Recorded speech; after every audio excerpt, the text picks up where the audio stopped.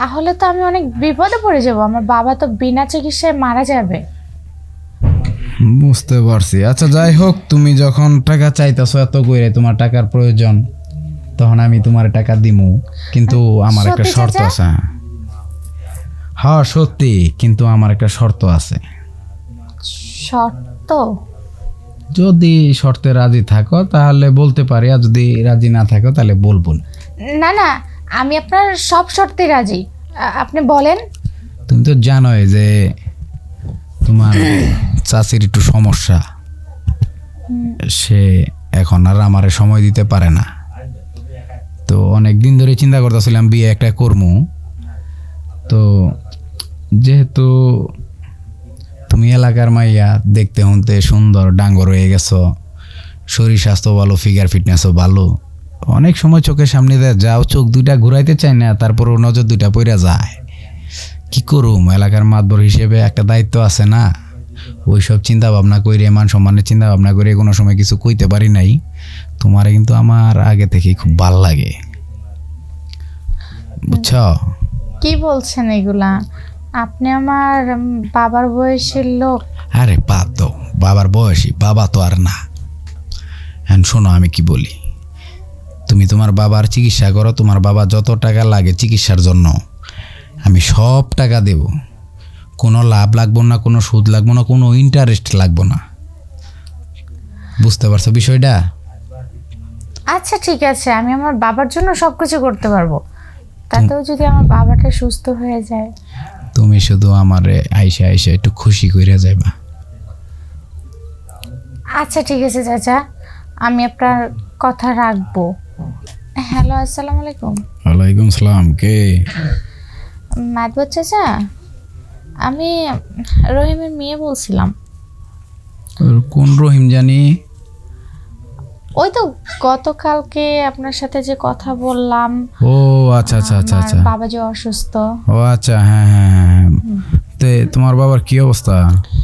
আমার বাবা অবস্থাটা ভালো না, একটা বড় ডাক্তার দেখানো দরকার। তো আপনি তো জানেনই আমার কোনো ভাই নাই, আমি তো একাই, আর বাবা তো অসুস্থই। এখন সংসারটা কিভাবে চলবে সেটা বড় কথা না, কিন্তু আমার বাবার চিকিৎসা কিভাবে হবে এটাই বড় কথা। এক কাজ করো, শহরে নিয়ে যাও, নিয়ে ভালো ডাক্তার দেখাও। শহরে তো নিয়ে যাব, তাই তো আপনার একটু হেল্প দরকার। আমার হেল্প? আমি কি করতে পারি বলো? আসলে আপনি তো সবই জানেন, আমাদের আর্থিকের প্রবলেম অনেক, আর এই মুহূর্তে আমিও তো চাকরি করি না, আর বাবা যেহেতু বসে আছে, আমাদের তো আর কর্ম করার মানুষ নাই। তো যদি আমাকে কিছু টাকা ধার দিতেন, আপনি তো আবার সুদে টাকা লাগান, তাই বলছিলাম আর কি। হ্যাঁ, এটা আমার বাপদাদা 14 গোষ্ঠীর পেশা, এর লেগে আমি সুদে টাকা লাগাই। কি করবো, বাপের ঐতিহ্য ধরে রাখছি আর কি। তো কি তুমি টাকা চাইতেছো না? হ্যাঁ চাচা, আমি কিছু টাকা চাচ্ছিলাম। সমস্যা নাই, আপনি চিন্তা করেন না, আমার পরীক্ষাটা শেষ হলে আমি একটা চাকরি জোগাড় করে আপনার টাকাগুলো আমি সুদে আসলে শোধ করে দেব। ঠিক আছে, বুঝতে পারছি, কিন্তু এত লং টাইম সময়ের জন্য তো আমি আসলে সুদে টাকা লাগাই না। আর তাছাড়া বর্তমান দেশের পরিস্থিতি খুবই খারাপ, মানুষ আসলে টাকা মাইরা খায়, বাটপার হয়ে গেছে। এর জন্যে চিন্তা করতেছি সুদের ব্যবসাটা বাদ দিমু। চাচা, সবার মতো তো আর আমরা না, তাই না? আর আমরা তো আর চলে যাচ্ছি না, তো আমাদেরকে একটু বিশেষ করে যদি হেল্প করতেন, তাহলে আশা করি আপনার টাকা মাইরে খাওয়া যাব না। ঠিক আছে, তোমার আবার কি হয়েছে, পরে কি কিছু জানতে পারছো নাকি?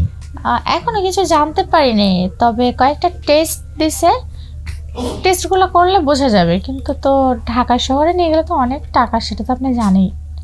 আচ্ছা, কত টাকা লাগবে, কত টাকা? এই তো চাচা, লাগবে প্রায় আপনার হচ্ছে, এই তো চাচা প্রায় আমার হচ্ছে 30,000 টাকার মতো লাগবে, আপনি কি দিবেন? 30,000? হ্যাঁ। দেখো, আমি তো টাকা আসলেও 4-5 হাজারের বেশি গেলে জমি জমা বন্ধক রাখা বা স্বর্ণ অলংকার রাখা পরে টাকা দেই। তো তুমি কি রেখে টাকা দিবা?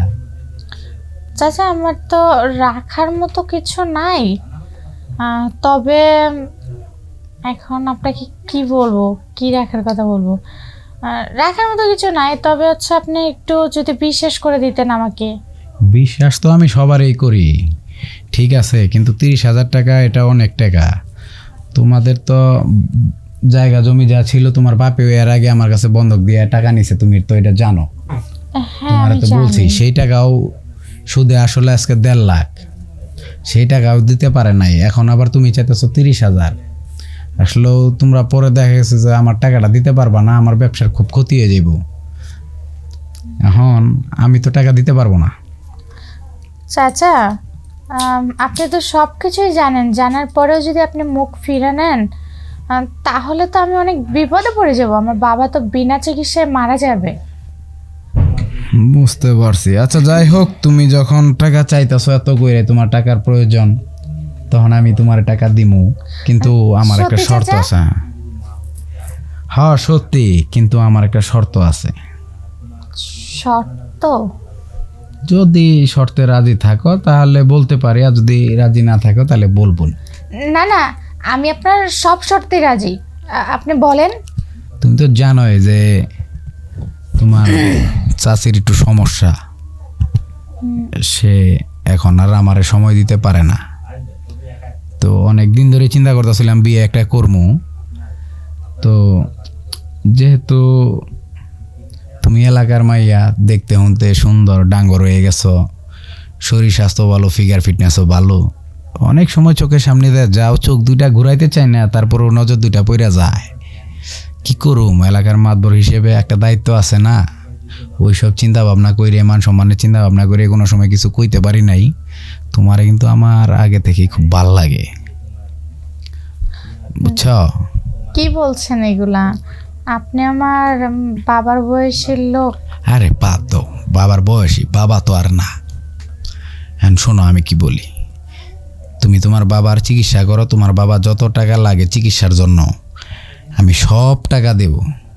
কোনো লাভ লাগবো না, কোনো সুদ লাগবো না, কোনো ইন্টারেস্ট লাগবো না। বুঝতে পারছো বিষয়টা? আচ্ছা ঠিক আছে, আমি আমার বাবার জন্য সব কিছু করতে পারবো, তাতেও যদি আমার বাবাটা সুস্থ হয়ে যায়। তুমি শুধু আমারে আইসা আইসা একটু খুশি কইরা যাইবা। আচ্ছা ঠিক আছে চাচা, আমি আপনার কথা রাখবো, কিন্তু আপনি কথা দেন আমার বাবার যত ট্রিটমেন্টের টাকা যা লাগবে আপনি সব দিবেন। সব দিমু, আরে এইসব নিয়ে চিন্তা করো না, তোমার তো আমার আগে থেকে ভাল লাগে। তুমি এইসব নিয়ে টেনশনই করো না। তুমি খালি শোনো আমি কি বলি, আমার বাসা আজকেও ফাঁকা, তুমি খালি আইসা পড়ো। এখন মাত্র বাজে রাত্রে 10টা, বেশি না, আজকে 1 ঘন্টা সময় দিয়ে যাও, টাকা 15-20 হাজার লাগে, এখন নিয়ে যাও, পরে আবার আসবা, আবার টাকা নিয়ে যাবা, ঠিক আছে? আচ্ছা ঠিক আছে, তাহলে আমি হ্যাঁ একটু পরে আসছি। হ্যাঁ রেডি হয়ে আইসো। হ্যাঁ আচ্ছা ঠিক আছে। আমি এবার সব কিছু আবার গুছাইতে হইতো, গুছাইয়া পরে তোমার জন্য ওয়েট করতেছি, ঠিক আছে? আচ্ছা চাচা। তাহলে তাড়াতাড়ি আসো। আচ্ছা আসতেছি। ইস, আজকে অনেক দিন